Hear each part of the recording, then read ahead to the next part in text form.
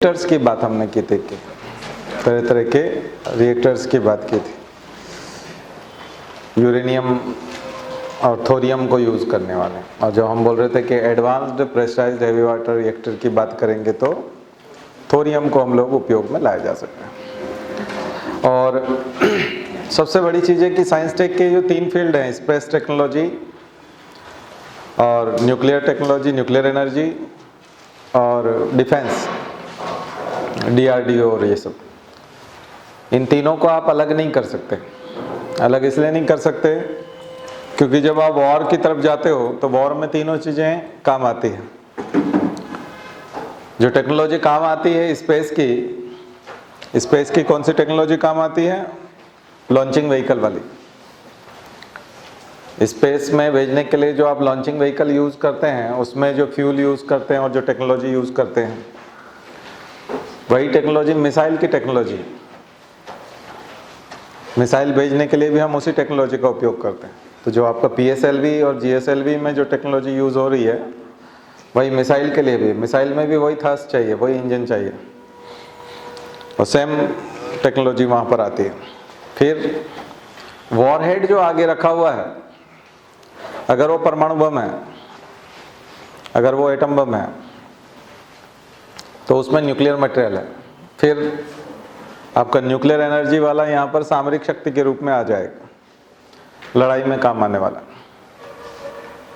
तो इसका मतलब स्पेस टेक्नोलॉजी को आप डिफेंस में यूज़ कर रहे हैं और न्यूक्लियर वॉरहेड के रूप में आप न्यूक्लियर टेक्नोलॉजी वाला पार्ट भी यहाँ पर यूज़ कर रहे हैं। तो इनको आप डिफ्रेंशिएट नहीं कर सकते।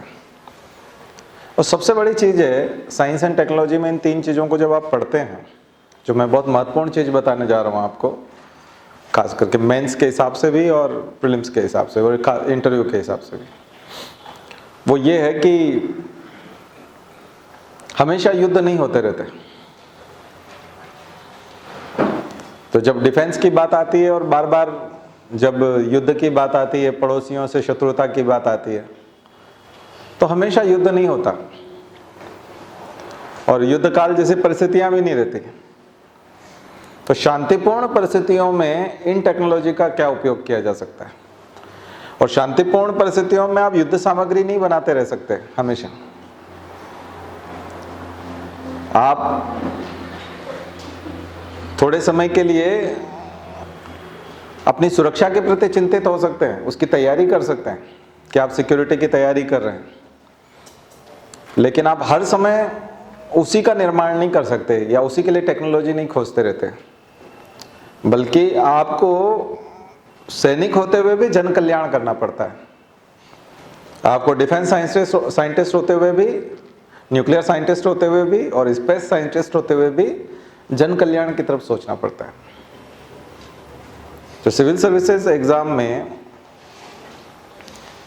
बार बार डिफेंस और न्यूक्लियर एनर्जी और बार बार स्पेस की तरह न सोचते हुए उनके जन कल्याणकारी कामों की सूची बनाना और जन कल्याण वो किस तरह से करते हैं, फिर मैंने आपको बताया था साइंस एंड टेक्नोलॉजी की जो अप्रोच है उसमें लेके आना पड़ता है। जब आप DRDO के पब्लिकेशन देखेंगे, न्यूक्लियर एनर्जी वालों के, एटॉमिक एनर्जी कमीशन के, उनके पब्लिकेशन देखेंगे, डिपार्टमेंट ऑफ एटॉमिक एनर्जी के पब्लिकेशन देखेंगे, DAE के, और जब आप स्पेस वालों के, इसरो के पब्लिकेशन देखेंगे तो पब्लिक यूज के पब्लिकेशन ज़्यादा हैं उनके। उन्होंने ज़्यादा न्यूज़लेटर्स निकाले हैं, ज़्यादा मैगजीन्स निकाली हैं। तो आप इनकी वेबसाइट्स पे जा करके उनके न्यूज़लेटर और मैगजीन्स को देखिए, उनके पब्लिकेशन को देखिए। वो फोर्टनाइटली और मंथली मैगजीन्स निकालते हैं, न्यूज़लेटर निकालते हैं, वीकली निकालते हैं और उसमें इंफॉर्मेशन देते हैं। और कैसी इंफॉर्मेशन देते हैं? वो इंफॉर्मेशन जन उपयोगी होती है, जनता के कल्याण की होती है।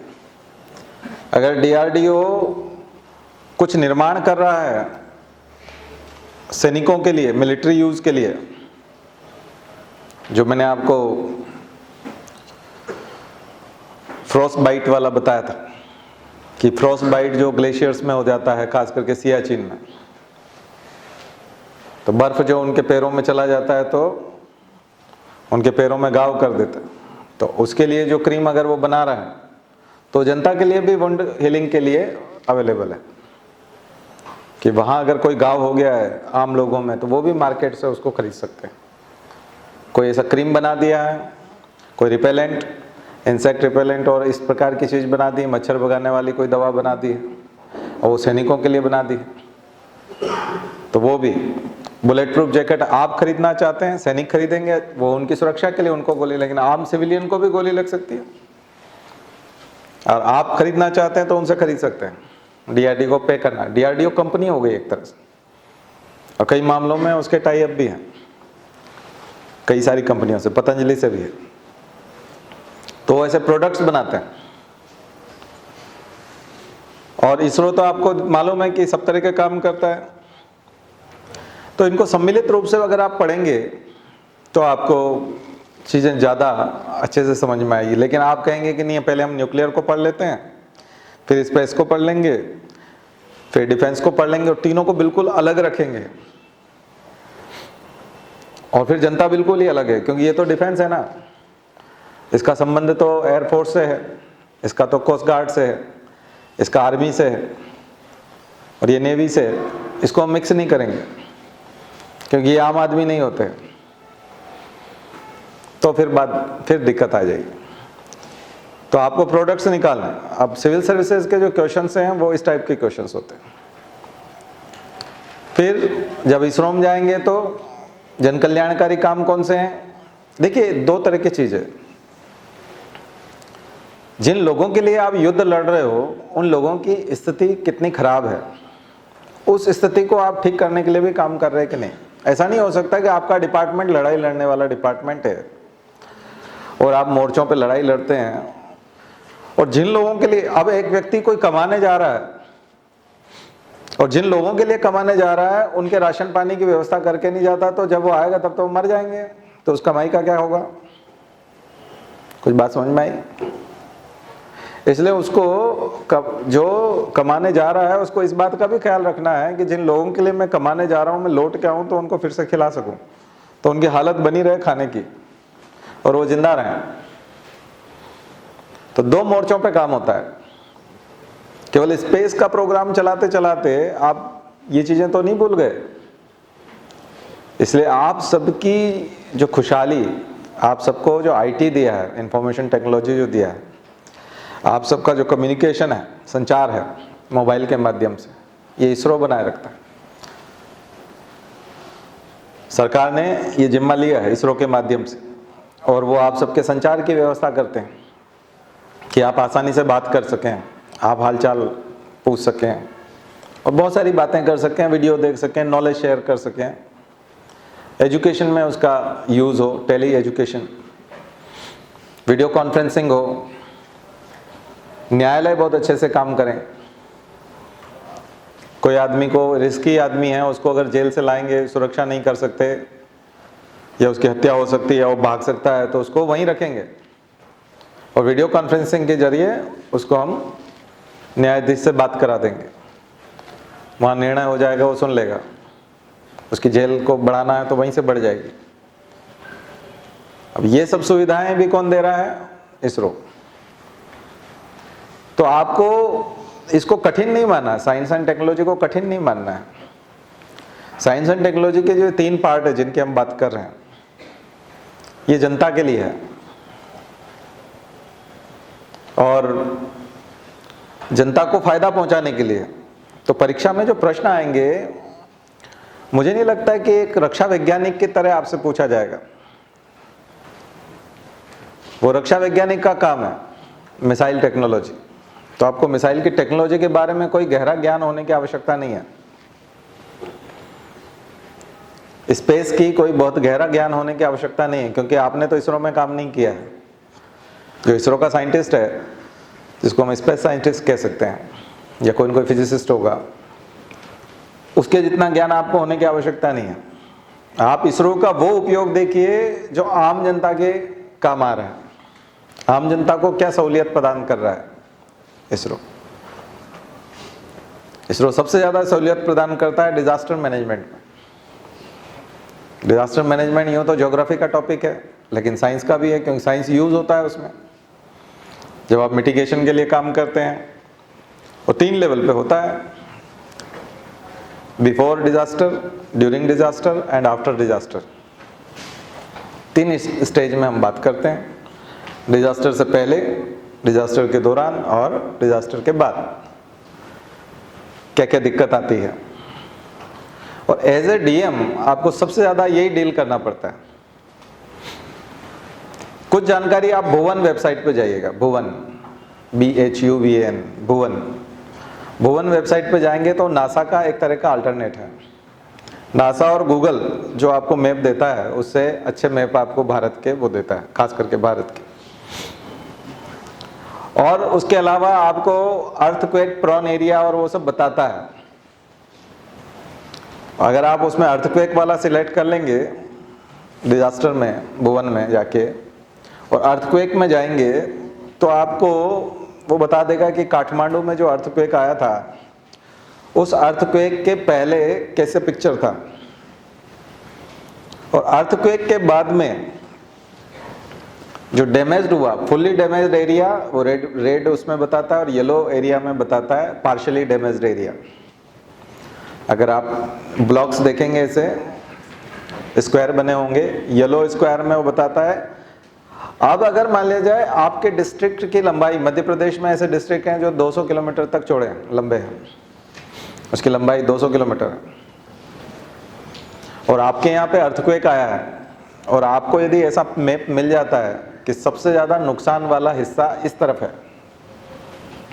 तो आप गाड़ियाँ रवाना उस दिशा में कर सकते हैं, टेंट रवाना कर सकते हैं, दवाइयाँ रवाना कर सकते हैं, क्योंकि आपको जो रॉ इन्फॉर्मेशन मिलेगी फील्ड से वो बड़ी कच्ची होगी, और वो लोग सरफेस पे बैठ करके अपने आसपास का डैमेज देख रहे हैं बस, और वो किस टाइप का डैमेज है वो नहीं बता सकते।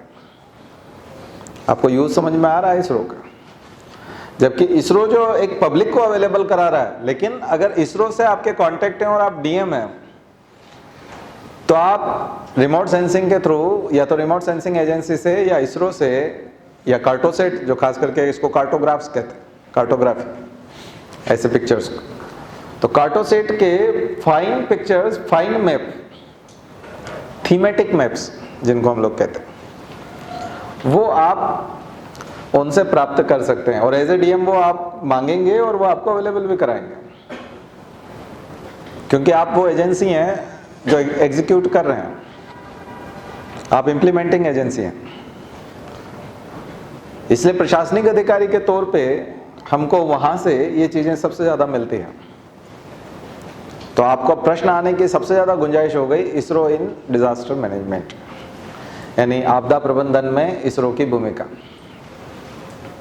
और इसके ऊपर आप अगर अच्छे से उत्तर लिखते हैं तो इसका मतलब है कि आप एक अच्छे डीएम साबित होंगे, तो आपको सिलेक्ट किया जाएगा। अब आप इसरो के वैज्ञानिक के तौर पे सोचने लग गए और आप इसरो के बारे में या कार्टोसेट के बारे में बहुत डीप में जानते हैं, उससे बात नहीं बनेगी। बात ये बनेगी कि आपके लिए स्पेस टेक्नोलॉजी का जो यूज है वो प्रशासनिक अधिकारी के तौर पे कैसा यूज है, वो आपको देखना पड़ेगा। इसका मतलब ये नहीं कि हम सूचनाओं को नहीं पढ़ेंगे, लेकिन सूचनाएं आती कहाँ है? परीक्षा में नहीं पूछी जाती। इनसाइट की श्रृंखला है, ये है का बहुत बारीकी से उस तरह से वो नहीं होता। इम्पैक्ट देखा जाता है कौन कौन सी योजनाओं में। मनरेगा में इसरो की क्या भूमिका है? बड़ी अजीब चीज है। मनरेगा में क्या भूमिका है? कई जगह इंक्रोचमेंट पकड़ने के लिए, अतिक्रमण को पकड़ने के लिए या उसको हटाने के लिए कई शहरों में कलेक्टर जो होते हैं वो वीडियोग्राफी कराते हैं, इलाकों की वीडियोग्राफी कराते हैं। माइनिंग हो रहा है, मान लीजिए रेत का उत्खनन हो रहा है नर्मदा में, तो पिछले 6 महीने में नर्मदा में रेत की क्या स्थिति थी, कहाँ कहाँ कितनी कितनी रेत थी किनारों पे, और अब कितनी खाली हो गई है, उसको आप मेजर कर सकते हैं सैटेलाइट मैप्स। तो आप माइनिंग में बहुत ज़्यादा ध्यान दे सकते हैं, डिफॉरेस्टेशन के मामले में बहुत ज़्यादा ध्यान दे सकते हैं, डिजीज कंट्रोल में बहुत ज़्यादा ध्यान दे सकते हैं। बहुत सारी ऐसी टेक्नोलॉजी है जिससे डिजीज का पता लगाया जा सकता है। मच्छरों की आबादी किस डिस्ट्रिक्ट में कितनी है, ये आपको रिमोट सेंसिंग से पता लग जाता है। रिमोट सेंसिंग का एक अलग हम लोग लेक्चर लेंगे, उसमें बहुत सारी चर्चाएं करेंगे। लेकिन इसरो वो सूचनाएं, अब इसरो केवल आपको सूचनाएं उपलब्ध कराता है, वो प्रोग्राम नहीं बताता, वो प्रोसेस नहीं बताता, वो तरीके नहीं बताता कि आप इसको कैसे करेंगे। ये अब आपको करना है। ऑथेंटिक सूचना है, प्रामाणिक सूचना है, और उससे आपकी एक्यूरेसी बढ़ जाएगी। काम करने की जो एक्यूरेसी है, रिजल्ट की जो एक्यूरेसी है, वो बढ़ जाएगी। आप बहुत अच्छे रिजल्ट दे सकते हैं। तो जिन क्षेत्रों का प्रशासन हमको करना है, उनकी अगर सूचनाएं हमको तरह तरीके से मिल जाए, तो ये आपके लिए मौसम की सूचनाएं यदि आपको मिल जाती है, साइक्लोन की सूचनाएं मिल जाती है, साइक्लोन के समय में बहुत सारा काम होता है, और खास करके टेली एजुकेशन और टेलीमेडिसिन। जब आप ऑनलाइन क्लासेस की बात करते हैं, जब आप बोलते हैं कि कुछ अच्छे लेक्चरर, अच्छे प्रोफेसर जो हैं वो बड़े शहरों में हैं, इंदौर में हैं, भोपाल में हैं, और रूरल एरिया में अच्छे शिक्षक नहीं हैं, तो इन शिक्षकों के क्लासरूम को कैसे जोड़ा जा सकता है? ये परीक्षा से पहले जो स्पेशल तैयारी होती है, उनको क्लासरूम के साथ कैसे जोड़ सकते हैं आप? अब ये यूट्यूब और ये सब चीज़ें तो है, लेकिन लाइव दूसरी क्लासेस भी चल सकती हैं, उनके माध्यम से भी जोड़ा जा सकता है। उसको हम टेली एजुकेशन कहते हैं। और वीडियो कॉन्फ्रेंसिंग, सरकार में जो ई गवर्नेंस वाली बात आती है, जब हम ई गवर्नेंस की बात करते हैं कि जब गुड गवर्नेंस की बात आती है, तो उसमें ई गवर्नेंस एक बहुत बड़ा पार्ट होता है कि गुड गवर्नेंस का शुरुआत जो है ई गवर्नेंस से की जा सकती है, क्योंकि उसमें एम्बिगिटी होने की गुंजाइश नहीं रहती, संदिग्धता नहीं रहती, एक्यूरेसी रहती है और क्लियर रहता है कि क्या बोला है। नहीं तो बाद में सूचनाएं जो है वो बदलती जाती है, ट्रांसफॉर्मेशन हो जाता है उनका। सूचना जो निकली थी वो क्या सूचना थी, और वहां जाकर के सूचना क्या हो गई, आप जानते हैं उसका। ओरिजिनल बात बनी रहती है यदि सामने वो सुनता है तो ये जो चीज़ है टेलीमेडिसिन, टेलीमेडिसिन इतना अच्छा है कि आपको जो बहुत एक्सपर्ट डॉक्टर हैं वो आपको बहुत कम जगहों पर मिलते हैं। बाकी गांव में प्राइमरी हेल्थ सेंटर होते हैं, छोटे डॉक्टर होते हैं, मात्र MBBS किए हुए, कई जगह तो डिप्लोमा वाले डॉक्टर हैं, कई जगह स्वास्थ्य कार्यकर्ता के नाम पे गवर्नमेंट के हेल्थ वर्कर काम करते हैं, तो उनके पास इतनी ज़्यादा समझ नहीं होती। लेकिन यदि उनको कोई गाइड करने वाला हो प्रॉपर, तो फिर वो अच्छे से काम कर सकते हैं, क्योंकि वो उस टर्मिनोलॉजी को जानते हैं थोड़ा थोड़ा, और उनको वो रिपोर्ट शेयर कर सकता है। सारी रिपोर्ट्स जो होती हैं, पैथोलॉजी की रिपोर्ट होती हैं, है ना, किडनी की जांच होती है, लीवर की जांच होती है, यूरिन एग्जामिनेशन होता है, ब्लड टेस्ट होते हैं, हीमोग्लोबिन से लेके तमाम लिपिड प्रोफाइल है, ये सारी की सारी जानकारी चूँकि यहाँ पर है और सॉफ्ट कॉपी में अवेलेबल है, वो उसको भेजी जा सकती है, डिफरेंट डॉक्टर्स को क्रॉस चेक करने के लिए भेजी जा सकती है, और वो फिर एक अच्छी सलाह दे सकते हैं। क्योंकि जहाँ स्पेशलाइज्ड डॉक्टर्स की कमी है, स्पेशलाइजेशन की कमी है, वहाँ पर ये टेलीमेडिसिन जो है बहुत अच्छे से उपयोग में आ सकता है, और वहाँ उसके माध्यम से उसको मरीज को दिखा करके ऑपरेशन भी संभव है। आपको तो पता है ऑपरेशन भी हो रहे हैं, और उसमें रोबोटिक्स को जोड़ दिया जाए तो रोबोटिक्स तो फिर और आगे निकल जाता है। रोबोटिक्स हम अलग से पढ़ेंगे। ये जो व्यवस्था है टेलीमेडिसिन और टेली एजुकेशन, ये दो बड़ी चीज़ें, इनके क्वेश्चंस लगातार आ रहे हैं यूपीएससी में, हमेशा पूछे जा रहे हैं, पिछले 10 सालों से पूछे जा रहे हैं, हमेशा पूछे जाते हैं, और ये इसका स्कोप और बढ़ेगा आगे जाकर, इसमें और सोफिस्टिकेशन आएगा और टेक्नोलॉजी जुड़ेगी, और आर्टिफिशियल इंटेलिजेंस, मशीन लर्निंग और ये जो IoT और ये जो चीज़ें हैं, इनका दखल और बढ़ेगा।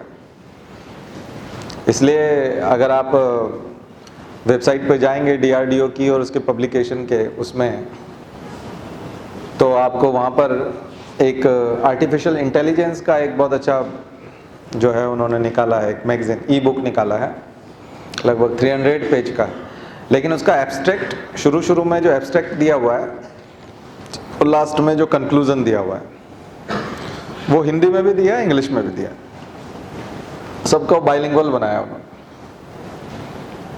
शुरू में थोड़ा सा एब्स्ट्रैक्ट और लास्ट में कंक्लूजन है एक तरह से, निष्कर्ष क्या निकलता है। तो उसके निष्कर्ष और वो उन्होंने अच्छे से दिए, एक एक पैराग्राफ के हैं। अगर आप 300 पेज को अगर केवल एब्स्ट्रैक्ट और कंक्लूजन को पढ़ेंगे तो मुझे लगता है 20 पेज में बदल जाएगा। वो जो ई बुक है वो 20 पेज में बदल जाएगी।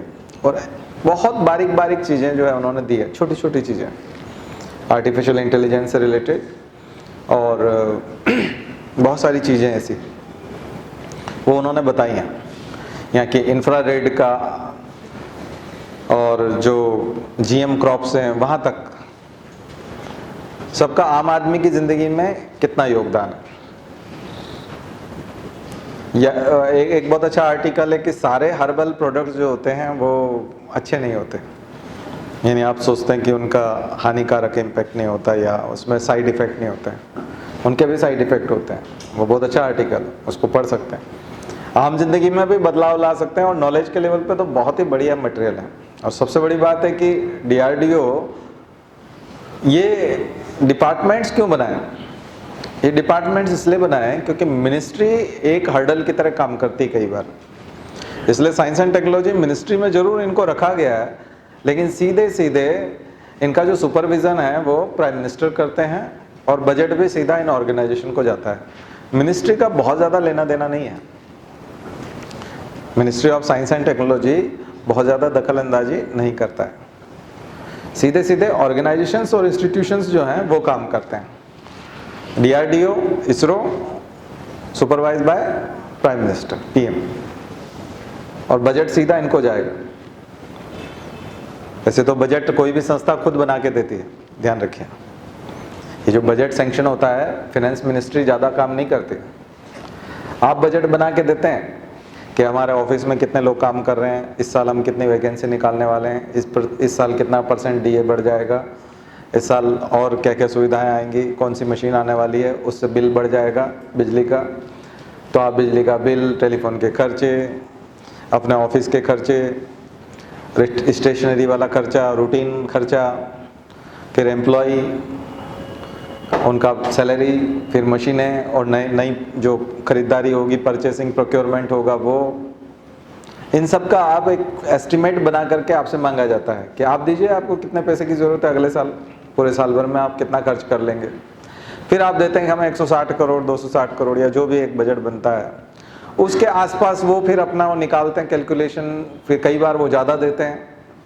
ये हमारे घरों में होता है ना कि हम अगर कहीं जा रहे हैं, किसी कॉलेज में एडमिशन लेना है, कोचिंग लेना है, कहीं जा रहे हैं और 1-1.5 साल बाहर रहेंगे, तो घर से हमसे ही पूछा जाता है कि कितना पैसा दे दें, क्या क्या खर्च हो जाए। फिर आप एस्टिमेट बता देते हो कि इतना इतना वहाँ हो जाएगा, इतना मैं एक वो लाइब्रेरी ज्वाइन करूँगा उसका खर्च होगा, ये हॉस्टल होगा, ये होगा, ये चीज़ें होंगी, एक न्यूज़पेपर में मंगाऊँगा उसको हॉकर को इतने देने पड़ेंगे, इतना इसमें हो जाएगा, उतना उसमें हो जाएगा। फिर आप एक एस्टिमेट बता देते हैं कि पिताजी को बोल देते हैं 60,000 होगा, 2 लाख होगा, जो भी। फिर वो 2 लाख देते हैं, 2.25 लाख देते हैं, या 50,000 देते हैं, 40,000 देते हैं। वो कई बार 8-10 हज़ार कम दे देते हैं, कई बार 8-10 हज़ार ज़्यादा दे देते हैं, कई बार बहुत ज़्यादा भी दे सकते हैं, वो उन पर डिपेंड करता है। तो ये गवर्नमेंट पे डिपेंड करता है कि आपसे एक डिमांड मांगी जाती है, उसके बाद वो बढ़ावा देना चाहते हैं उस चीज़ को, तो मुझे लगता है दिल खोल के देते हैं। तो ये पॉलिटिकल विल पावर दर्शाता है। तो फिर जब बजट आता है तो उसके आसपास ही आता है, इसलिए पहले से प्रेडिक्शन होता है बजट का, कोई ऐसा नहीं है। योजनागत व्यय भी बोलते हैं हम लोग, प्लान्ड एक्सपेंडिचर बोलते हैं, लेकिन अब 5 ईयर प्लान तो बचा नहीं, तो इसलिए वो प्लान्ड एक्सपेंडिचर जो है वो डिस्टर्ब हो गया, तो उसमें अकाउंटेबिलिटी समझ में नहीं आती। इन दिनों में ये एक प्रॉब्लम हो गई है, क्योंकि प्लान्ड एक्सपेंडिचर है भी और नहीं भी है, क्योंकि 5 ईयर प्लान नहीं है। मैंने आपको पहले भी बताया था 5 साल का प्लान होता था, तो 5 साल के प्लान में इसरो को कितना डेवलपमेंट करना है 5 साल में, और इस साल कितना हो गया और इस साल कितना बजट है, तो अगले साल उसको कैरी ऑन करना है। और उसमें कमी आ गई है, कितनी आ गई है, वो सब बहुत सिस्टमेटिक था। लेकिन अब जब नीति आयोग है तो क्या पॉलिसी बनाता है, कैसे बनाता है, हालांकि अभी इसके रिजल्ट्स आना अभी भी बाकी है, अभी भी जल्दबाजी होगी। 5 साल, अभी 4 साल हुए हैं, ये बोल देना कि वो फेल हो गया, अभी और इंतज़ार करना चाहिए, शायद कुछ फ़ायदा निकल आए, नीति आयोग को भी समझ में आ जाए। बाकी प्लानिंग कमीशन तो बना बनाया प्लान था, उसमें तो फिक्स था और बहुत ज़्यादा ऑर्गेनाइज था, ज़्यादा साइंटिफिक था, लेकिन उसको जिस तरह से ख़त्म किया गया है नफ़रत भरे शब्दों में तो उसके रिजल्ट्स भी आने चाहिए, फिर नीति आयोग के रिजल्ट्स भी आने चाहिए, क्योंकि उसको नीति आयोग बोला है तो अभी वो केवल सुझाव देने के सिवाय और कोई काम नहीं करता। प्लानिंग कमीशन की अकाउंटेबिलिटी ज़्यादा थी और हर साल रिजल्ट आते थे और हर साल एक टाइम लिमिटेशन होता था, उस टाइम लिमिटेशन में 31 मार्च तक आपको खर्च करके बताना पड़ता था, रिजल्ट देने पड़ते थे, ताकि नया आपको और कितना दिया जाए, कितना और ज़रूरी है। तो आपका सेल्फ असेसमेंट भी होता था, रीअसेसमेंट भी होता था, फिर से असेस किया जाता था और इस तरह से पता लगा करके आपको चीज़ें दी जाती थी। तो उसके नतीजे अभी तक का जितना भी देश में डेवलपमेंट हुआ है वो उसी से हुआ है। 1983 में स्पेस साइंटिस्ट थे अब्दुल कलाम और उनको लाया गया 84 में DRDO में और उनको मिसाइल मैन बनाया गया। उनको कहा गया कि आप मिसाइल प्रोग्राम पे काम करेंगे, IGMDP, integrated guided missile development program, जिसके ऊपर आपको 300 शब्दों में एक नोट्स बनाना है। IGMDP, integrated guided missile development program. उससे पहले जो मिसाइल्स थी वो यूं तो मिसाइल टीपू सुल्तान ने सबसे पहले बना दी थी। भारत में मिसाइल के जनक जो हैं वो टीपू सुल्तान है। टीपू सुल्तान वो पहला व्यक्ति है जो भारत में मिसाइल का प्रयोग करता था और फ्रांस से वो जुड़ा होने के कारण उसको टेक्नोलॉजी राफेल जैसी पहले से ही मिल गई थी, ठीक है ना। तो आपको पता है ना, फ्रांस में गणतंत्र आया था और गणतंत्र से वो बहुत खुश था। टीपू सुल्तान की काफ़ी सारी विशेषताएं हैं, राजा होकर के गणतंत्र से खुश होना, नहीं तो हमने बताया था आपको प्रिवी पर्स के कारण बहुत सारे राजा नाराज हो गए थे। राजस्थान के राजपूत राजा तो सारे गाली देते हैं इंदिरा गांधी को, बीजेपी में है ही इसीलिए कि इंदिरा गांधी ने उनका राज्य खत्म कर दिया था, पावर कम हो गया था, जनता का पावर बढ़ गया था। प्रजामंडल आंदोलन, आज़ादी के संघर्ष में राजाओं के खिलाफ प्रजामंडल आंदोलन चले थे, हीरालाल शास्त्री, जय नारायण व्यास, हमने बताया था आपको। और सारे वो जो फ्रीडम फाइटर्स थे और कांग्रेस में थे, राजस्थान में वो ब्रिटिशर्स के खिलाफ नहीं लड़ रहे थे। राजस्थान के जो फ्रीडम फाइटर्स थे वो अपने राजाओं के खिलाफ लड़ रहे थे। और ये गांधी जी के असहयोग आंदोलन में जब असहयोग करना था तो वो अपने राजाओं को असहयोग कर रहे थे, नॉन कोऑपरेशन, वो अंग्रेजों के साथ, क्योंकि वहाँ पर ब्रिटिश सत्ताएं नहीं थी। राजस्थान में उतनी ब्रिटिश सत्ता नहीं आई क्योंकि राजाओं ने समझौते कर लिए थे, किसके साथ, हाँ, और वो प्रिवी काउंसिल और वो उनके साथ जुड़ गए थे और उनको क्या बोलते थे हम लोग, रॉयल, वो एक तरह से रिप्रेजेंटेटिव्स थे। जब आप इंस्ट्रूमेंट ऑफ एक्सेशन पे साइन करने के लिए जाते हैं तो इन लोगों से ही बात करते हैं। सरदार वल्लभ भाई पटेल फिर इन्हीं को समझाते हैं कि आपको भारत में आ जाना चाहिए। तो जो प्रजामंडल आंदोलन चले थे तो उसके कारण बहुत सारा नुकसान हुआ था, लेकिन टीपू सुल्तान जो है वो गणतंत्र से खुश हुआ था, रिपब्लिक से, कि जनता के पास शासन आ गया और मैं भी नागरिक टीपू हूँ, मैं भी आपकी तरह साधारण सिटीजन टीपू। उसने कहा आप मुझे राजा ना कहें, बादशाह ना करें, सुल्तान ना कहें, बल्कि मुझे बोले नागरिक, मैं नागरिक हूँ, साधारण व्यक्ति हूँ। तो वो अंग्रेजों के खिलाफ पहली बार मिसाइल का यूज़ करता है। दूसरा मिसाइल का उपयोग करते हैं अब्दुल कलाम। अब्दुल कलाम जो है, जो मिसाइल बनाते हैं वो टेक्टाइल मिसाइल, सबसे पहली जो है surface to surface short range missile थी, पृथ्वी मिसाइल, बहुत कम रेंज थी उसकी।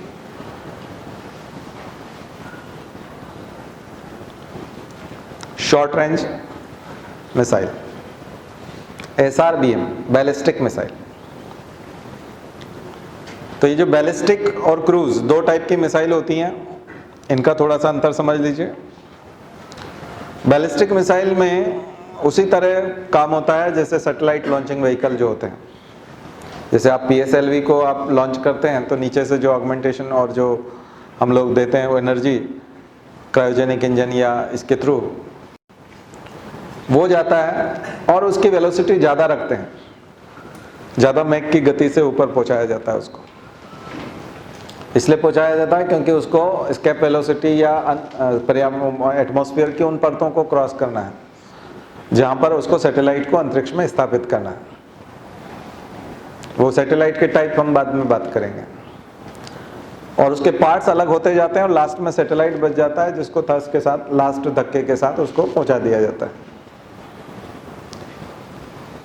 और जो मिसाइल बैलिस्टिक मिसाइल है उसमें यही वाला एनर्जी, यही वाला काम करता है, लेकिन ये जो ट्रेजेक्ट्री बनाता है ये हाइपरबोला जैसी होती है, हाइपरबोलिक होती है। और ये सरफेस टू सरफेस होने के कारण एक मैक्सिमम हाइट तक पहुंच करके उस एल्टीट्यूड पे जा करके फिर अपने आप ग्रेविटी के कारण नीचे आता है। वॉरहेड जो है ऊपर, न्यूक्लियर वॉरहेड है या कोई भी जो गाइडेड बम है, वो बम जो है, बम नीचे की तरफ उसका एक वेट होता है और वो वेट ग्रेविटेशनल फोर्स के कारण नीचे आता है, ग्रेविटी के कारण नीचे आता है। और उसकी स्पीड बहुत ज़्यादा बढ़ जाती है क्योंकि वजन होता है और स्पीड से आता है, तो अंत में सबसे ज़्यादा गति होती है। तो बैलिस्टिक मिसाइल जो है बहुत ज़्यादा नुकसान पहुंचाती है।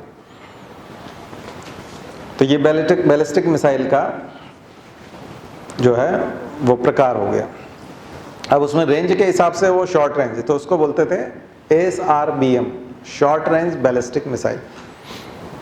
ऐसी जो मिसाइल थी वो शॉर्ट रेंज बैलिस्टिक मिसाइल्स थी। जब डेवलपमेंट हुआ उनका और जब हम 90s में इसमें एंड में आए तो इस समय में हम लोगों ने अग्नि की शुरुआत की। अग्नि 1, 2, 3, 4, 5, 6 अंडर कंस्ट्रक्शन है। 7वां टेस्ट अभी 10 दिसंबर को अग्नि 5 का हुआ था, अब्दुल कलाम आइलैंड, ओडिशा। पहले उसको व्हीलर आइलैंड बोलते थे हम लोग, व्हीलर द्वीप। अभी 10 दिसंबर को 2018 को अग्नि 5 का 7वां टेस्ट हुआ जो सफलतापूर्वक हुआ। 7वीं बार हमने टेस्ट किया है, अभी हमने सेना को सौंपा नहीं है अग्नि 5। अभी हम उसको टेस्टिंग स्टेज में, अभी हम बार बार टेस्ट कर रहे हैं। अभी उसकी कमीशन होगा, वो सेना में चला जाएगा तो फिर वो उपयोग में। अग्नि 4 तक तो हमारे उपयोग में है, तो अग्नि 5 तक।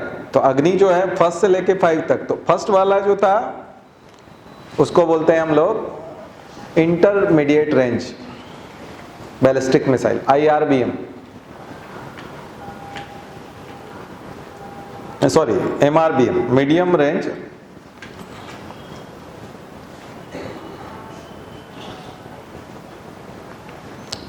रेंज थोड़ा सा रेंज बढ़ा दिया हमने फर्स्ट सेकंड का। फिर इंटरमीडिएट रेंज IRBM, थर्ड और फोर्थ का। और फिफ्थ वाले को हमने बोला ICBM, inter continental ballistic missile. अब हम लोग उन 5-6 देशों के ग्रुप में सम्मिलित हो गए जिनके पास इंटर कॉन्टिनेंटल बैलिस्टिक मिसाइल है, जो दूसरे कॉन्टिनेंट तक पहुंच सकते हैं। 10,000 किलोमीटर तक वो पहुंच जाएगा। कौन सा? हमारा अग्नि 6। अभी हम 5,000 किलोमीटर तक मिसाइल भेज सकते हैं, एक कॉन्टिनेंट से दूसरे कॉन्टिनेंट। अफ्रीका और यूरोप तक हमारी पहुंच हो गई। एक गूगल में जाएंगे तो आप अग्नि 5 या अग्नि को सर्च करेंगे तो आपको वो कंपैरिजन बताएगा रेंज का, एक मैप देता है, उसमें वो डिफरेंट कलर्स में रेंज बता रहा है। तो वो विकिपीडिया में आप उसको सर्च कर लें और वो वाला नक्शा देख लें, वो मैप देख लें, तो उसमें आपको सबकी रेंज समझ में आ जाएगी। तो पूरी दुनिया जद में आ जाएगी 6 में। 2020 तक शायद हम लोग अभी अंडर कंस्ट्रक्शन है, तो हमारे पास अग्नि 6 भी होगा, वो भी सफलतापूर्वक आगे बढ़ रहे हैं हम लोग। तो अग्नि जो है, इसलिए आपने अग्नि की उड़ान देखा होगा ना, विंग्स ऑफ फायर, किसकी आत्मकथा है?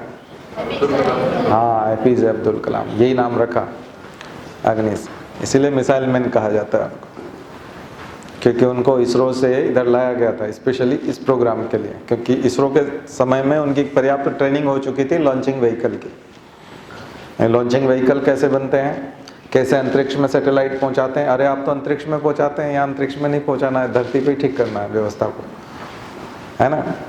बस वॉर हेड सिलेक्ट करना। अब न्यूक्लियर एनर्जी उधर से जुड़ गया ना, अब तीनों जुड़े कि नहीं। जब आप DRDO में आते हैं तो तीनों जुड़ जाते हैं, स्पेस वाली चीज़ें भी, टेक्नोलॉजी भी इधर आ जाती है, और न्यूक्लियर एनर्जी डिस्ट्रॉय करने के लिए आगे वॉर हेड के रूप में लगाया जाता है।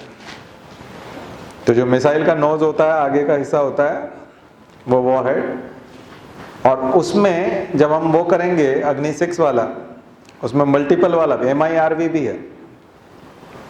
एक साथ कई सारे टारगेट पे भेजने के लिए हम लोग वॉर हेड अलग अलग लगा सकते हैं। तो 5 से लेकर 7 तक, 2 से लेकर 7 तक, 8 तक वॉर हेड हम लगा सकते हैं, और उनको अलग अलग जगह पर फेंक सकते हैं। तो ये जो सारी मिसाइल्स हैं, ये बैलिस्टिक मिसाइल्स हैं जिनकी मैं बात कर रहा हूँ, integrated guided missile development program, जो IGMDP जो हमने बताया आपको, ठीक है, उसी का हिस्सा है। तो ये अग्नि, तो अग्नि का विकास, और ये अब आप टेबल बना लीजिएगा एक अग्नि की, यानी कि उसमें क्या क्या होगा, प्रकार, उसका सन कब वो हुआ, अभी ऑपरेशनल है, फिर वॉर हेड कितने, वो खुद उसका कितने किलोग्राम की है, उसकी लंबाई कितनी है, उसकी रेंज कितनी है, और वो कितने किलोग्राम का वॉर हेड जो है आगे ढो सकती है, पेलोड कितना होगा, ये सब चीज़ें हैं। और यही सब चीज़ें जब आप लॉन्चिंग व्हीकल में देखने जाएंगे तो वहाँ पे भी आइडिया आ जाएगा। वहाँ पर, यहाँ वॉर हेड का वजन है, वहाँ पर सैटेलाइट का वजन है, ठीक है। यहाँ वो ट्रेजेक्ट्री इस तरह से नहीं बनाएगा, यहाँ वो अंतरिक्ष में जाएगा, और गाइडेड होने के कारण और रडार से जुड़े होने के कारण उसको जो है थोड़ा बहुत उसमें परिवर्तन किया जा सकता है टारगेट में, लेकिन ज़्यादा नहीं कर सकते। लेकिन क्रूज मिसाइल जो होती है वो रॉकेट की तरह होती है, और क्रूज मिसाइल होती है वो पूरी तरह से गाइडेड होती है, फुल्ली गाइडेड होती है, और उस मिसाइल को लोकेशन को चेंज भी कराया जा सकता है टारगेट का पूरी तरह से, जहां आप भेज रहे हैं, और उसका खुद का फ्यूल अंत तक बना रहता है। वो ग्रेविटेशनल फोर्स या ग्रेविटी के भरोसे काम नहीं करती, उसका अपना खुद का इंजन होता है, उसका खुद का ब्रह्मोस जो ऑपरेशनल है, यूज हो रही है, और तीनों विंग को दे दिया गया है, एयरफोर्स को, आर्मी को, नेवी को। वो है ब्रह्मोस, जो हमने रशियन टेक्नोलॉजी से बनाया है। रशिया की जो मिसाइल्स हैं उनको देखते हुए हमने बनाया ब्रह्मपुत्र और मास्को जिस नदी के किनारे है, मस्कवा नदी, उस नदी के नाम पे और ब्रह्मपुत्र नदी के नाम पे, दोनों को मिला करके उसका नाम रखा ब्रह्मोस। और दुनिया की सबसे तेज गति वाली मिसाइल है, क्रूज मिसाइल। इसके अलावा और क्रूज मिसाइल हैं निर्भय और शौर्य। शौर्य की जो क्षमता है वो और बहुत ज़्यादा है, लेकिन ये अभी अंडर डेवलपमेंट है। निर्भय और शौर्य, तो ये हमारे मिसाइल प्रोग्राम का ये जानकारी है इस तरह से। अभी कुछ और मिसाइल नाम आपने सुनी है, अभी IGMDP में और नाम है। IGMDP में आप इनका नहीं लिखेंगे, क्रूज वाला नहीं डालेंगे, आप अभी लिखिएगा त्रिशूल। त्रिशूल एक short range surface to air missile है। त्रिशूल को आप इस तरह से फेंकते हुए देखते हैं ना, ऐसे नीचे से ऊपर की तरफ फेंकते हुए देखते हैं, भाले की तरह, स्पीयर की तरह। तो त्रिशूल जो है वो एयर में निशाना साधता है, लेकिन उसकी रेंज 4 किलोमीटर तक है। Short range surface to air missile.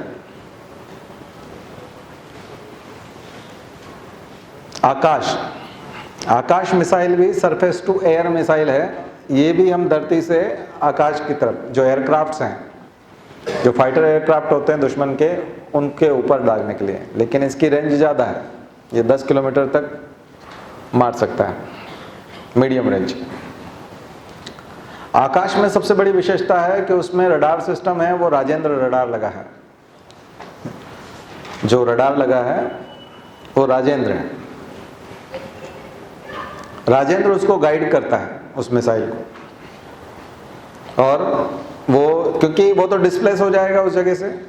जब कभी भी आप फाइटर प्लेन को देखेंगे तो वो तो मूव भी कर सकता है, वो उसका पीछा करता है। तो राजेंद्र रडार जो है उसको रिकॉग्नाइज करता है और फिर उसके हिसाब से गाइड करता है मिसाइल को। तो राजेंद्र रडार के बारे में कभी लिखेंगे तो अलग से अगर राजेंद्र रडार के बारे में आएगा तो आकाश को उसमें जरूर जोड़ देना, क्योंकि वो किसके ऊपर फिट किया है। ये सब हमारा इंडिजिनस मिसाइल प्रोग्राम है। मैंने आपको इंडिजिनाइजेशन का कारण भी बताया था। एक आपके जो यूपीएससी का सिलेबस है और एमपीपीएससी का भी, उसमें एक शब्द दिया है इंडिजिनाइजेशन, स्वदेशीकरण। यानी साइंस एंड टेक्नोलॉजी का हमको इंडिजिनाइजेशन क्यों करना पड़ा, इंडिजिनाइज क्यों कर रहे हैं हम उसको। इंडिजिनस टेक्नोलॉजी को हमको इसलिए बनाना पड़ रहा है क्योंकि हमको टेक्नोलॉजी दे नहीं रहे हैं बाहर वाले, और खास करके वॉर के लिए नहीं देते। वॉर के लिए वो बिल्कुल नहीं देते। तो इसलिए इसरो को भी अपना नाविक जो सिस्टम, नेविगेशन सिस्टम बनाना पड़ा। आपने देखा फेल्योर हो गया था कारगिल में, और कई सारे युद्ध में हमने देखा कि जब हम पाकिस्तान के साथ ट्रीट करते हैं तो पाकिस्तान का दोस्त हुआ करता था। अभी भी क्या पता है क्या क्या उनकी रणनीति है, समझ में नहीं आता अमेरिका की। तो यूएस ने हमारा जीपीएस सिस्टम बंद कर दिया, तो हमारे फाइटर एयरक्राफ्ट तो उड़ ही नहीं पाए। फाइटर एयरक्राफ्ट जो हैं वो कारगिल में दुश्मन को हम कभी का एक दिन में ख़त्म कर देते, लेकिन जीपीएस उसने बंद कर दिया था। तो फाइटर एयरक्राफ्ट बेकार हो गए। तो फिर वो बोफोर्स से काम चलाना पड़ा, और बोफोर्स ने ही लड़ाई लड़ी और हमारे इतने सारे सैनिक मारे गए, तब जा कर के हम जीत पाए। लेकिन जो विनिंग, जो जिसको क्रेडिट गया वो बोफोर्स था। बोफोर्स तोप जो था वो बस ऐसे ही गाइडेड बम होते थे, बम थे, तो वो उसको गाइडेड भी बोल सकते हैं, अनगाइडेड भी बोल सकते हैं, मिसगाइड नहीं बोल सकते, ठीक है।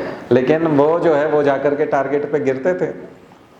वो फोर्स जितना ट्रेस कर पाता था उस आधार पे वो होता था, उसकी फ्रीक्वेंसी, उसकी जो ट्रेजेक्ट्री बनती थी और उसका जो लेंथ थी वो काफ़ी अच्छी थी, पावर भी खूब था। तो वो बोफोर्स तोप जो थी उसने बचाया। तो इसलिए राजीव गांधी को कई बार उसका क्रेडिट गया, हालांकि उसी के नाम पे बोफोर्स घोटाला था, लेकिन जो भी था, लेकिन उसके रिजल्ट जो है वो बहुत अच्छा है। कारगिल हम उसी की बदौलत जीते। लेकिन जब ऐसे समय में अगर वो जीपीएस बंद कर देता है, इसका मतलब वो उसको फेवर कर रहा है दुश्मन को। तो हमने अपना सिस्टम, अभी पब्लिक के लिए हमने उसको लॉन्च नहीं किया है, लेकिन अपना सिस्टम खास करके एयरफोर्स के लिए, आर्मी के लिए हमने डेवलप किया है और उनको दिया है। वो लोग रेस्ट्रिक्टेड एरिया में एक जगहों पर वो उसको यूज़ करते हैं। ज़बरदस्त नेविगेशन सिस्टम है। हमको नासा से कोई लेना देना नहीं, हमको किसी स्पेस एजेंसी के पास जाने की ज़रूरत नहीं है, हमारा खुद का है। और उसी के लिए NAVIC, नाविक, इसके ऊपर भी 100 वर्ड लिखिएगा। नेविगेशन सिस्टम है हमारा खुद का, NAVIC, ठीक है। 100 वर्ड इसके ऊपर लिखेंगे तो काफ़ी कुछ नॉलेज आपको मिलेगा, और शायद आपको एग्जाम में लिखना भी पड़ेगा, उसको आपको लिखना भी पड़ सकता है, अधिकांश समय पूछेंगे। ये हमारी उपलब्धि है। फिर है आकाश के बाद में, आकाश मिसाइल का बहुत फ़ायदा मिला है हमको, और इंडिजिना से पूरी हम ही ने बनाई है। हाँ, बस ये है कि हमको कोई टेक्नोलॉजी एक सैंपल के लिए दे दे, राफेल भी कुछ लेने के दिन के लिए दे दे तो हमारा HAL बना देगा उसको और दे दे सैंपल के तौर पे, चला देख लो एक भेज रहे हैं हम, ऐसा होगा तो हम बना देंगे उसको। हमारे यहाँ काफ़ी तेज़ हैं लोग, उसको कॉपी करने में टाइम नहीं लगाता, है ना। ये पूरे जो हमारे जितने भी हेलीकॉप्टर उड़ रहे हैं, चीता है, चेतक है, ध्रुव है, लक्ष्य है, तमाम जो लक्ष्य तो वो दूसरा UAV है, उसकी बात भी करेंगे। तो वो सब जो है हम बहुत जल्दी कॉपी करते हैं, लाते हैं एक आध खरीद के, फिर खुद ही बना लेते हैं अपना। ज़्यादा से ज़्यादा इंजन की ज़रूरत होती है तो मंगवा लेते हैं, भाई कुछ इंजन भेज दो, फिर उनको समझ में आ जाती है केवल इंजन मांग रहा है मतलब पूरी बॉडी बनाएगा, है ना। तो इसीलिए तो वो इसको दिया अंबानी को, क्योंकि उसके पास इतने सारे साइंटिस्ट नहीं हैं, इतने इनको मालूम है कि अगर HAL को दिया तो HAL तो 1960 से बना रहा है, है ना, और तुरंत बना देता है। साइंटिस्ट भी बहुत हैं, उसके पास इंफ्रास्ट्रक्चर भी है, लैब भी है, टेक्नोलॉजी भी है, सब है। इसलिए वो टेक्नोलॉजी ट्रांसफ़र वाला जो पार्ट है वो कर नहीं रहे ना। इजराइल करता है, इजराइल का हेरोन का हमने बना लिया, सुखोई का हमने बना लिया। हाँ, हमको दे ना, वो हम बना लेते हैं, तुरंत बना लेते हैं। तो थोड़े समय के लिए भेजा तो था एक बार, पर वो केवल फ्लाइट लेने के लिए, टेस्ट करने के लिए कि आपके यहाँ पर उसको कैसे, आपका काम का है कि नहीं, आप देख लो। और जब इस तरह से भेजा तो हमारे यहाँ के लोगों को बहुत पसंद आया, सैनिकों को। और सबसे बड़ी बात है कि मैंने बताया MiG-30 और वो जो है वो 2030 में MiG-29 और वो जो है वो रिटायर हो रहे हैं। तो 2030 में 2030 तक बहुत सारे हमारे पास विमान, ये जो एयरक्राफ्ट हैं, ये इनकी दिक्कत आएगी। तो इस वजह से हम पहले से चल रहे हैं कि पहले से उसको लेके रखें। तब वो 126 की डिमांड थी, अब ये कम खरीद रहे थे, है ना। और डिमांड तो 100 से ज़्यादा थी, 120 के आस। हाँ, कितने थे? 36 खरीद रहे हैं। हाँ, 36 खरीद रहे हैं, जबकि 126 खरीदने थे। तो वो भी एक विवाद का विषय है। तो जो अभी ये विवाद चला है, तो ये टेक्नोलॉजी ट्रांसफ़र, इसके ऊपर भी एक आध क्वेश्चन बन सकता है। टेक्नोलॉजी ट्रांसफ़र यानी हमको टेक्नोलॉजी ट्रांसफ़र क्यों नहीं की जाती? तो जो मैं आपको बात बता रहा था मिसाइल्स में, उसमें आकाश, और एक मिसाइल है नाग, एंटी टैंक मिसाइल है। ये भी तीनों फोर्स के पास है, खास करके एयरफोर्स इसका यूज़ करता है। ये मिसाइल लगी रहती हैं। नाग जो होती हैं वो टैंक के ऊपर जाकर के अटैक करती हैं। नाम रखा है उसका नाग। सारे हिंदी अच्छे नाम होते हैं, ठीक है, चुन चुन के रखे जाते हैं। त्रिशूल, आकाश, अग्नि, पृथ्वी, नाग। तो ये integrated guided missile development program के पार्ट हैं।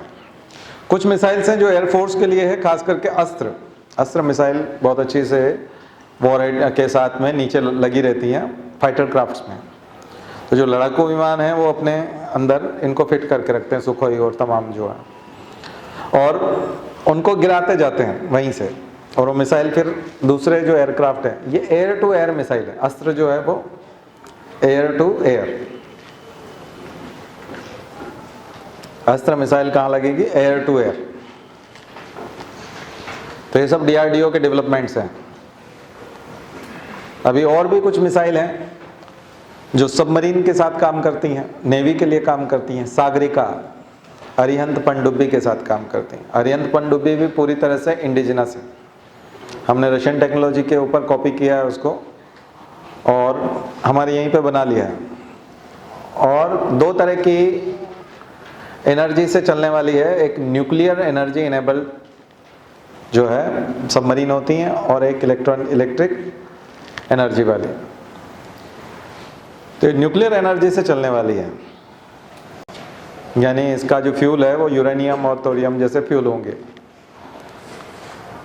रेडियो एक्टिव मटेरियल से या न्यूक्लियर मटेरियल से चलने वाली सबमरीन। अरिहंत की कवर स्टोरी हमने सितंबर 2009 में की थी, हमारी जो लोक सेवक निर्माण मैगजीन है उसमें उसकी कवर स्टोरी थी। मैं कोशिश करूंगा उसको आपके लिए वेबसाइट पे डाल दूं, या अपने ग्रुप में हम लोग दे देंगे इनको, या आपको ग्रुप में अवेलेबल करा देंगे। तो व्हाट्सएप ग्रुप में जुड़ जाइएगा, जिन लोगों ने नाम नहीं लिखवाया अपना नंबर वो लिखवा देना, तो उसमें कुछ मटेरियल ऐसा हम डाल देंगे। तो अरिहंत के बारे में वो हमने 2009 में वो बहुत अच्छे से दे दिया था, उस समय में हो गया था। अभी 2018 में, अभी कुछ दिन पहले, इस साल उसका प्रश्न फिर बन सकता है। उस साल मेंस में क्वेश्चन आया था उसका, और क्वेश्चन का जो डिज़ाइन था वो पूरा का पूरा हमने आंसर जो दिया था लगभग 1 पेज का आंसर है बढ़िया से। तो उसको आप विकिपीडिया में भी देख सकते हो, हिंदी में हम अवेलेबल करा, इंग्लिश में भी है हमारे पास, हम दोनों मीडियम में आपको PDF अवेलेबल करा देंगे। तो अरिहंत को जरूर देखिएगा, इस बार प्रश्न बन सकता है। INS अरिहंत।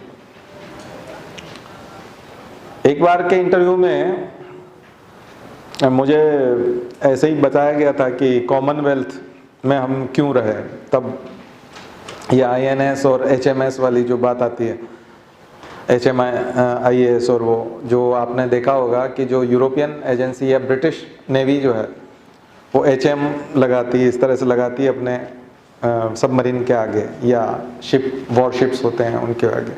और हम लोग लगाते हैं INS, है ना।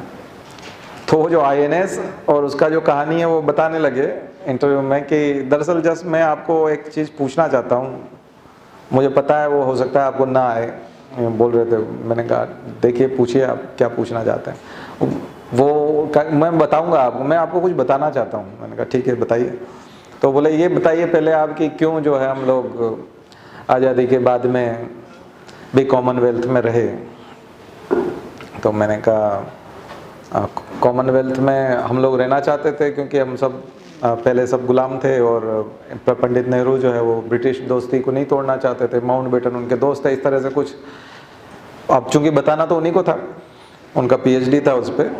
तो वो बोले कि मैं आपको बताना चाहता हूँ, आप बहुत सारे लोगों को बता पाएंगे। मैंने कहा ठीक है बताइए। तो उन्होंने कहा दरअसल हम नेवी के कारण, हमारे पास नेवी नहीं थी, यानी समुद्री सीमाएं जो थी, मैरीटाइम जो हमारी सिक्योरिटी थी वो कमज़ोर थी और हम उसके लिए ब्रिटिशर्स पर डिपेंड करते थे, नहीं तो हमारे ऊपर फिर कोई दूसरा देश कब्जा कर सकता था या आक्रमण कर सकता था। इसलिए हमने ब्रिटिशर्स के सपोर्ट में रहे और हमने कॉमनवेल्थ को ज्वाइन किया।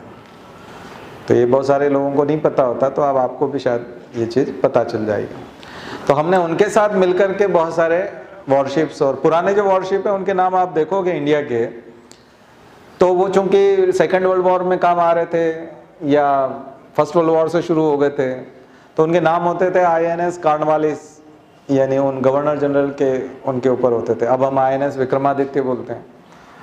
तो पुराना अगर आप वॉरशिप के बारे में जाएंगे कि जो लड़ाकू जहाज हैं समुद्र में, उनकी लिस्ट अगर आप देखेंगे तो वहाँ आपको बहुत सारी ऐसी चीज़ें मिलेगी, लेकिन उनका जब आप पूरी तरह से डेवलपमेंट देखेंगे तो INS विक्रांत, INS कोलकाता, नदियों के नाम पे भी है। नदियों के नाम पे जमुना के ऊपर और नर्मदा के ऊपर और इसके ऊपर तो वही बना गए थे, ब्रिटिशर्स ही बनाए गए थे, उन्होंने ही बना दिए थे वॉरशिप। लेकिन जब स्वतंत्र भारत में बने तो हमने कुछ INS ब्रह्मपुत्र और ऐसे और कुछ दूसरे हम लोगों ने बनाए।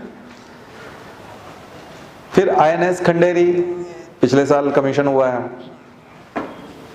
INS खंजर, ऐसे ऐसे हम लोगों ने भी नाम रखे हैं शस्त्रों के नाम पर, ठीक है। तो खंडेरी हमने उस किले के नाम पर रखा है जो खंडेरी का किला महाराज शिवाजी ने जीता था महाराष्ट्र में। तो शिवाजी महाराज की याद में जो है हमने उसका नाम रखा है INS खंडेरी। तो आप इनकी सबकी स्टडी कीजिएगा, कम से कम 60-70 के आसपास हैं ये इम्पोर्टेंट वाले, उनकी लिस्ट बनाइएगा पूरी वॉरशिप्स। फिर सबमरीन की, और सबमरीन में जो सिस्टम होता है उसको हम सोनार कहते हैं। तो सबसे इम्पोर्टेंट सोनार सिस्टम है पंचेंद्रीय। अगर आप सोनार सिस्टम लिखना चाहते हैं तो पंचेंद्रीय सोनार सिस्टम, जैसे हमारी 5 इंद्रियां होती है और सेंसिंग ऑर्गन कहलाते हैं, वैसे वो मिसाइल में सेंस ऑर्गन की तरह काम करते हैं और दूसरी सबमरीन को या न्यूक्लियर जो मटेरियल है उसको पहचानते हैं, सेंस करने का काम करते हैं। और बल्कि 5 इंद्रिय मतलब यानी बहुत अच्छे से सोनार सिस्टम डेवलप किया गया। तो DRDO सोनार सिस्टम डेवलप करता है, DRDO राडार सिस्टम डेवलप करता है, DRDO सबमरीन बनाता है, DRDO वॉरशिप बनाता है, और DRDO HAL के माध्यम से हेलीकॉप्टर्स बनाता है, वो HAL के माध्यम से एयरक्राफ्ट बनाता है।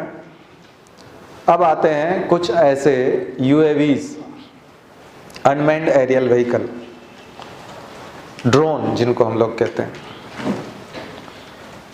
UAVs को हम लोग क्या कहते हैं? Drone cameras. ड्रोन जो होते हैं वो सर्विलांस में काम आते हैं, सूचना इकट्ठी करने में काम आते हैं, पता लगा के आ जाते हैं।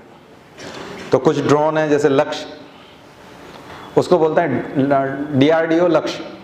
चूंकि ये सब DRDO ने डेवलप किया है इसलिए उसका नाम है DRDO लक्ष्य। फिर है DRDO Rustam first and second. अभी रुस्तम सेकंड जो है अभी 2018 में आया है, रुस्तम सेकंड सबसे एडवांस है, रुस्तम सेकंड। और इसमें जो टेक्नोलॉजी है वो स्टील्थ टेक्नोलॉजी काम करती है, यानी गुपचुप तरीके से। स्टील्थ टेक्नोलॉजी जब आ जाती है तो वो सामने के रडार को पकड़ती नहीं, सामने वाले का रडार उसको पकड़ नहीं पाता। तो डीआरडीओ लक्ष्य, डीआरडीओ रुस्तम। एक जो यूज करता है सीआरपीएफ, डीआरडीओ नेत्र। डीआरडीओ नेत्र जो है वो छोटा ड्रोन कैमरा होता है जो हमारे लिए आप देखते हो, जो हम लोग शूट करने में यूज करते हैं। वो आसानी से किसी भी हलचल को पकड़ लेता है, खास करके नक्सली एरिया में वो पकड़ता है। और वो किसी प्राइवेट एजेंसी ने भी उसमें कंट्रीब्यूट किया है उसकी मैन्युफैक्चरिंग में, न केवल डीआरडीओ है बल्कि एक प्राइवेट एजेंसी जो है वो भी उसमें लगी हुई है। तो हम 20 सालों से लगभग इनको लक्ष्य को और इनको यूज कर रहे हैं। ओरा एक फ्यूचर का है, 2020, 21, 22 के आसपास अगले 2-3 सालों में हम लोग डीआरडीओ ओरा लेके आ रहे हैं, AURA। ये जो होगा इसकी सबसे बड़ी चीज है कि एक तो स्टील्थ टेक्नोलॉजी होगी और क्वालिटी बहुत ज़्यादा होगी और रेंज बहुत ज़्यादा होगी। और सबसे बड़ी चीज़ होती है इनकी एंड्योरेंस पावर जो होती है, यानी कि कितनी देर तक वो बिना फ्यूल लिए ऊपर उड़ता रहता है। लक्ष्य हमने बनाया था हेरॉन को, उसको हम लोगों ने कन्वर्ट कर दिया था लक्ष्य। तो ये गाइड होते हैं और वो 4.5 घंटे 5 घंटे ऊपर घूमता था, फिर उसको फ्यूल लेने आना पड़ता था, फिर उसको भेज सकते थे। लेकिन 24 आवर वाले हमको मिल गए हैं।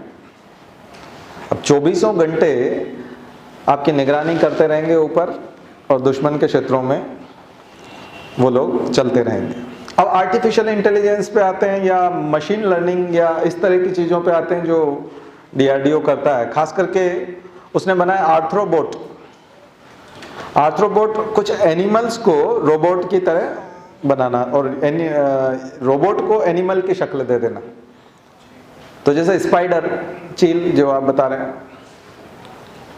तो ये इनको जो है आप जैसे स्पाइडर है, मकड़ी है, छोटे छोटे कोई इंसेक्ट्स हैं, उन इंसेक्ट्स को आपने जो है एक छोटा रोबोट, माइक्रो रोबोट, छोटा रोबोट जो है उसमें कैमरा लगा दिया और एनिमल्स को तो कोई ट्रेस नहीं कर पाता बहुत आसानी से, और वो वहाँ से आपको, चूंकि उसमें कैमरा भी होगा और उसमें रिसीवर भी है, तो वो जो है साउंड को भी रिसीव कर सकता है। तो वहाँ क्या बात चल रही है, कितने लोग हैं, क्या तैयारी कर रहे हैं, ये आप सामने वाले किसी के भी बॉर्डर पार भेज सकते हैं।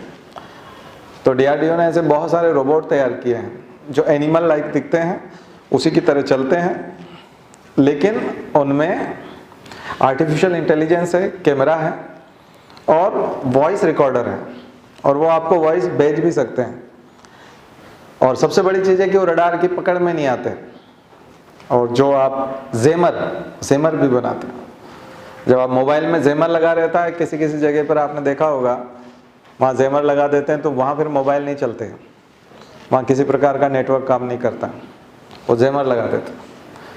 तो ये जेमर जो है ये भी बहुत मायने रखते हैं। अगर आप जेमर नहीं लगाएंगे तो आपकी जो इन्फॉर्मेशंस हैं उनको दुश्मन बहुत आसानी से सुन सकता है। ऐसे बहुत सारे डेवलपमेंट हैं।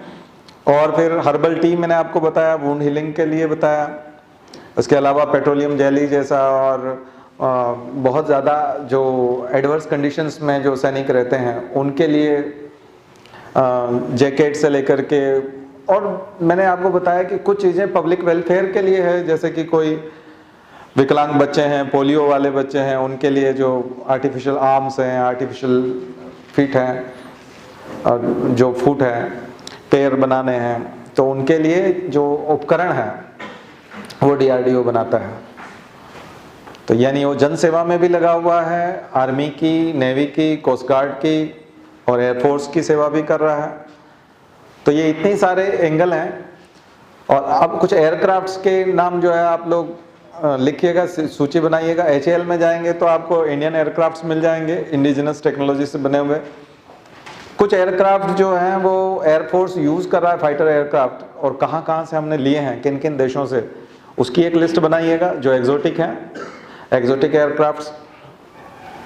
फिर सबमरीन की एक लिस्ट बनाएगी। फिर मैंने आपको बताया जैसे INS तरंगिणी था, INS विक्रांत है, INS विराट है, तो कौन कौन से अभी पिछले 1-2 साल में रिटायर हुए हैं सेना से, हमने उनको पूरा यूज़ कर लिया है, समय पूरा हो गया उनका। कौन कौन से नए कमीशन हुए हैं उनकी एक लिस्ट बनाइएगा। फिर एडमिरल गोर्स्को के ऊपर ज़रूर आप कहिएगा, क्योंकि वो एयरक्राफ्ट कैरियर शिप हेलीकॉप्टर लेके रखते हैं। तेजस हमारा इंडिजिनस है, नेम दिया था इसको अटल बिहारी वाजपेयी ने, ये MPPSC ने क्वेश्चन भी पूछा था। तो तेजस 2003 में कमीशन हुआ था और HAL नहीं बनाया, हिंदुस्तान एरोनॉटिकल लिमिटेड ने बनाया, एरोनॉटिक्स लिमिटेड ने। और ये लाइट कॉम्बैट एयरक्राफ्ट है, LCA, इसको लाइट कॉम्बैट एयरक्राफ्ट कहते हैं, LCA, हल्का लड़ाकू विमान। और तेजस 1 सीटर है और साधारण है, और इसमें ये आप आसानी से किसी समुद्री जहाज में भी उसको रख सकते हैं, और लड़ाकू विमान की तरह काफ़ी अच्छे से काम करता है।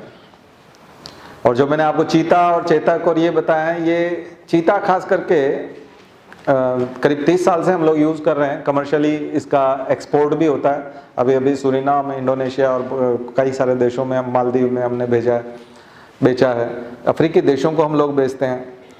और जो पॉलिटिशियंस जिस हेलीकॉप्टर को यूज़ करते हैं वो चेतक, जो कम से कम 9 सीटर होता है,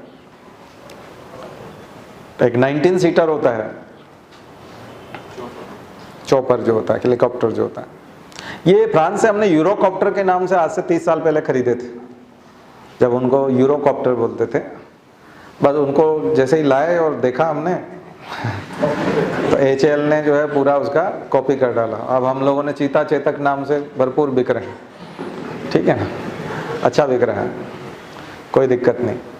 पूरी तरह से इंडिजिनस जो है वो कुछ भी नहीं है, जिसको हम तेजस कहते हैं कि ये पूरी तरह से इंडिजिनस है, हमने बनाया है। इंजन US का है, जनरल इलेक्ट्रिक का, ठीक है।